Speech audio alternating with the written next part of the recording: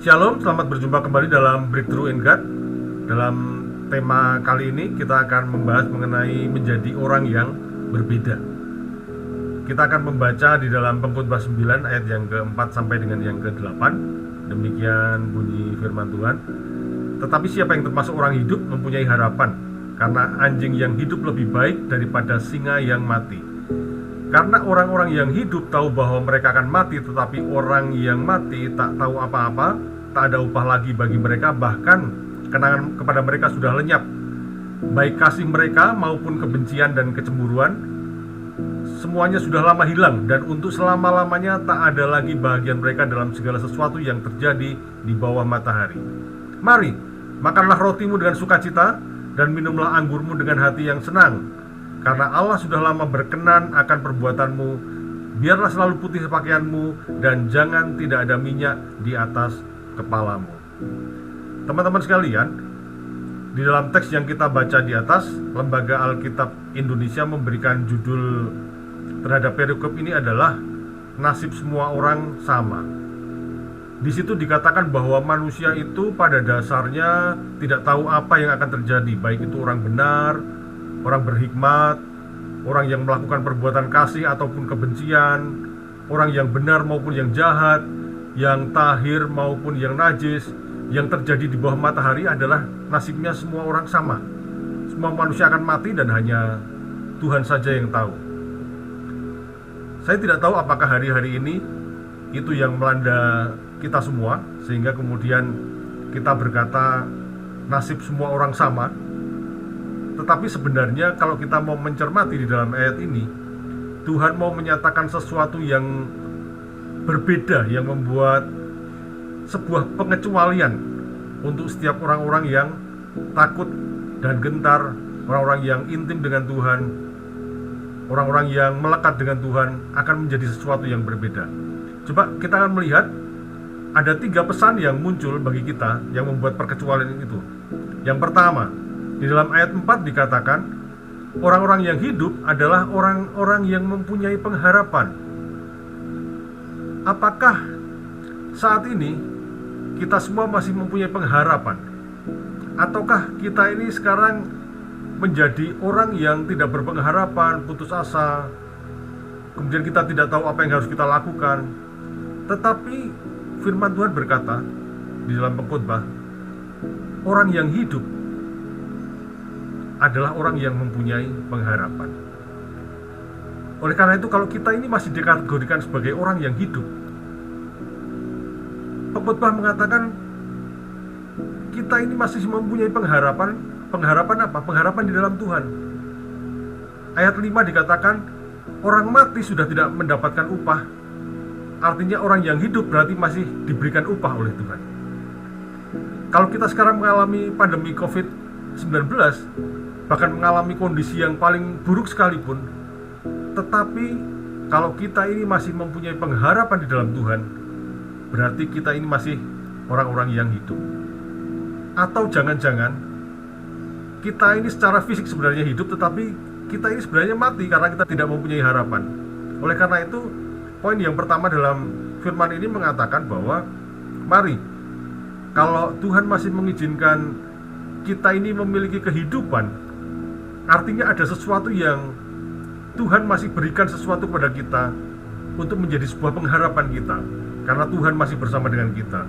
Oleh karena itu, mari kita keluar dari setiap area kita di mana kita seolah-olah sepertinya terbelenggu. Kita harus membuat terobosan di dalam Tuhan, dan kita mau menyatakan bahwa kita ini masih menjadi orang yang hidup karena masih ada pengharapan di dalam Tuhan, dan Tuhan memperhatikan hidup kita. Di dalam Roma 5 ayat yang ke-3 sampai yang ke-4 dikatakan seperti ini. Dan bukan hanya itu saja, kita malah bermegah juga dalam kesengsaraan kita, karena kita tahu bahwa kesengsaraan itu menimbulkan ketekunan, dan ketekunan menimbulkan tahan uji, dan tahan uji menimbulkan pengharapan. Roma berkata bahwa ternyata pengharapan itu diperoleh dari ketika kita ini mengalami kesengsaraan, tetapi kita ini bertekun di dalam Tuhan, dan ketekunan itu memunculkan satu kondisi di mana kita ini disebut tahan uji. disitulah kemudian pengharapan itu muncul. Jadi pengharapan tidak datang begitu saja, tetapi karena ada satu kondisi di mana kita ini ada bersama dengan Tuhan, pengharapan adalah Tuhan sendiri. Dan kemudian melalui kesengsaraan yang muncul itu, di dalam Tuhan kita yakin dan percaya. Di situ ada ketekunan yang Tuhan munculkan dan tahan uji yang Tuhan munculkan. Disitulah pengharapan kita menjadi sebuah kenyataan. Karena Tuhan itu senantiasa bersama-sama dengan kita, meskipun nampaknya ada kesengsaraan, namun dari kesengsaraan itu Tuhan bersama-sama dengan kita. Tuhan menanggung segala sesuatu yang kita alami. Dia tidak membiarkan kita sendiri, namun bersama dengan Tuhan kita mampu melewati segala sesuatunya. Karena Tuhan tahu ketika Tuhan memberikan kepada kita hidup, Dia bertanggung jawab atas hidup kita. Dan setiap apapun yang kita alami, kita dapat melewatinya bersama dengan Tuhan. Oleh karena itu poin yang pertama berkata, mari jadi orang yang hidup, menjadi orang yang mempunyai pengharapan di dalam Tuhan.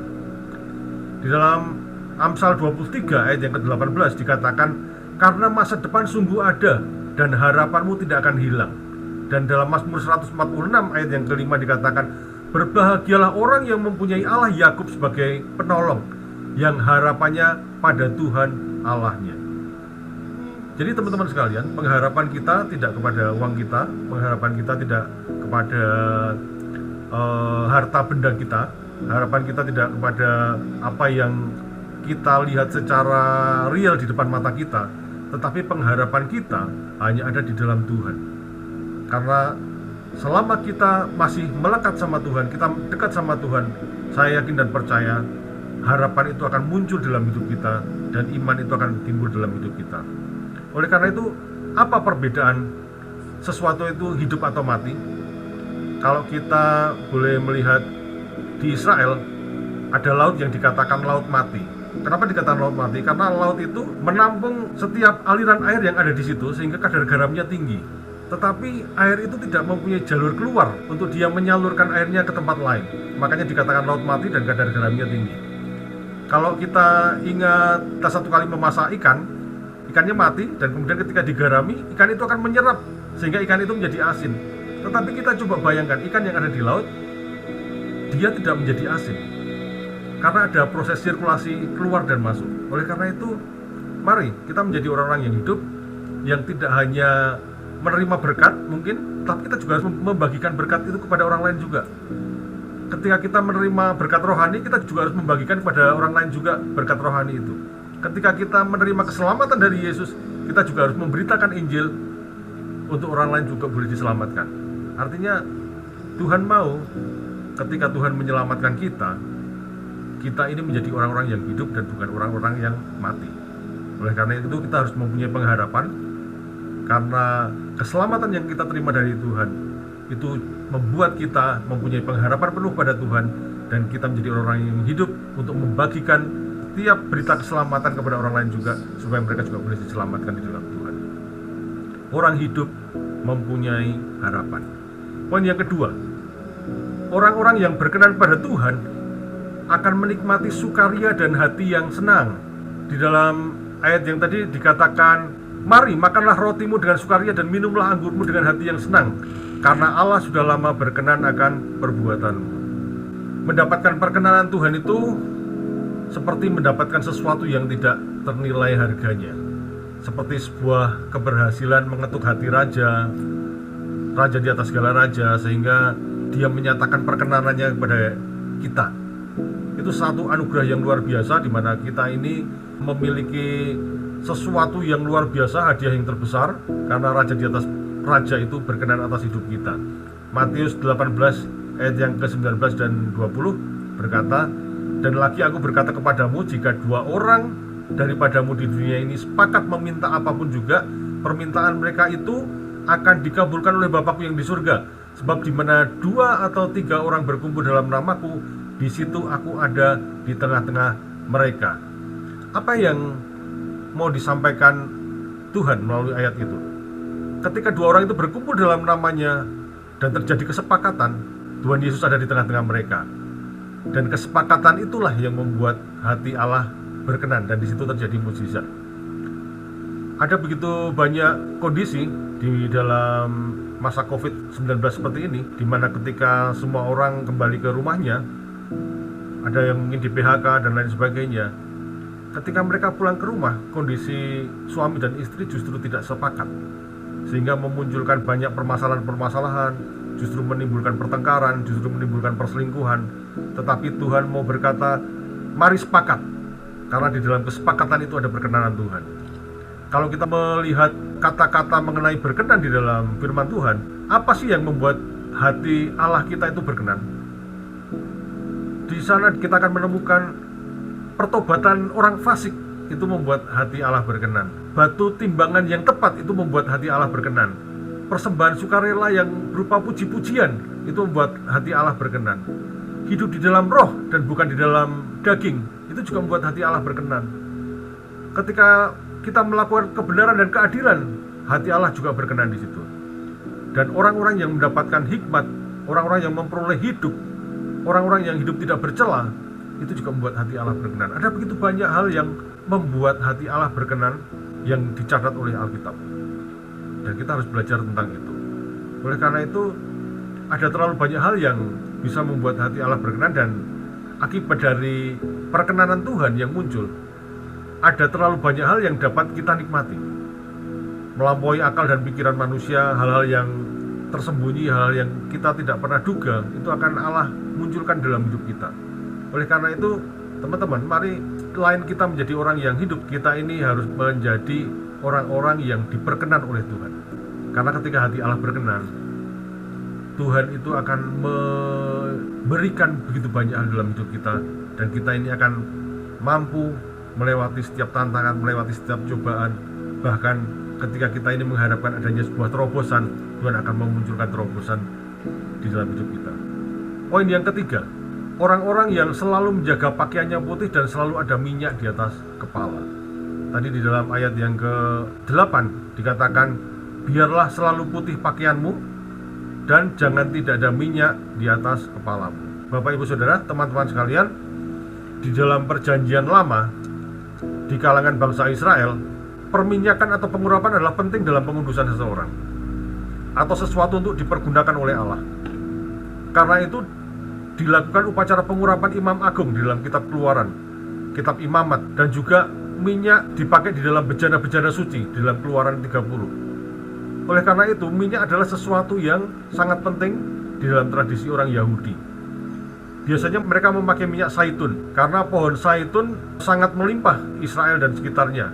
Tetapi bicara mengenai minyak urapan atau minyak mur, minyak tersebut adalah minyak yang dikhususkan. Tetapi melalui ayat ini Tuhan mau sampaikan bahwa ketika minyak ada di atas kepala kita, Tuhan mau setiap kita senantiasa diurapi oleh Tuhan. Jangan tidak ada minyak di atas kepalamu. Tuhan mau setiap kita berada dalam naungan Roh Kudus, karena salah satu perlambang Roh Kudus adalah juga minyak. Tuhan ingin setiap hari ada minyak di atas kepala kita. Seperti setiap persembahan kepada Tuhan harus ditumpang tangan oleh imam dan diolesi minyak, demikian juga hidup kita harus menjadi persembahan yang kudus di hadapan Tuhan, menjadi persembahan yang hidup di hadapan Tuhan. Kemudian Tuhan juga berkata, pakaian putih, bicara mengenai ketulusan, kemurnian hati, kekudusan.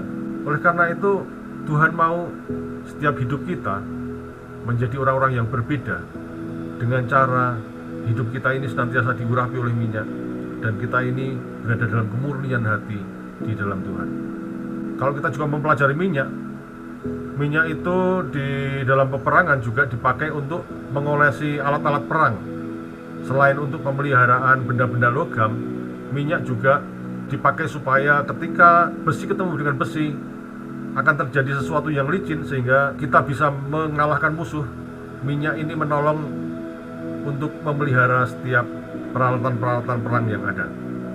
Oleh karena itu, bersama dengan Roh Kudus juga akan memelihara setiap hidup kita, supaya ketika kita ini mengalami peperangan, ujian iman, ujian apapun juga, kita berhasil melewatinya karena Roh Allah ada bersama dengan kita. Jadi ada 3 hal yang akan kita refleksikan pada saat ini. Kita akan merenungkan dari 3 hal yang ada, yaitu yang pertama, apakah kita ini termasuk orang yang hidup atau orang yang mati? Yang kedua, apakah kita ini sudah menjadi orang yang berkenan kepada Tuhan? Dan yang ketiga, apakah kita ini termasuk orang yang sudah menjaga hati kita murni dan kita ini berada dalam urapan Tuhan senantiasa? Tetapi Tuhan mau sampaikan, kalau kita ingin menjadi orang-orang yang berbeda, kita harus mempunyai pengharapan. Kita harus hidup berkenan kepada Tuhan, dan kita harus mempunyai kemurnian hati dan pengurapan dari Tuhan. Itulah yang membedakan kita dengan orang-orang yang tidak mengenal Tuhan. Oleh karena itu, biar saat ini mari minta kepada Tuhan ketiga hal ini, supaya ketika kita melewati setiap hal apapun juga tantangan di depan kita, kita tahu bahwa ada Allah yang bersama dengan kita, dan Tuhan tidak akan pernah membiarkan kita putus asa. Tuhan akan membuat kita mampu melewati segala sesuatu. Tuhan akan terus membuat kita mengalami setiap terobosan demi terobosan untuk menemukan sesuatu di mana ketika kita berjalan dengan Tuhan, pengharapan kita itu tidak menjadi sia-sia, namun pengharapan kita ini akan menjadi sesuatu hal yang nyata di mana Allah menyertai kita dan kita akan menjadi orang-orang yang menang. Mari saya ajak kita semuanya tutup mata dan saya akan berdoa untuk Anda sekalian.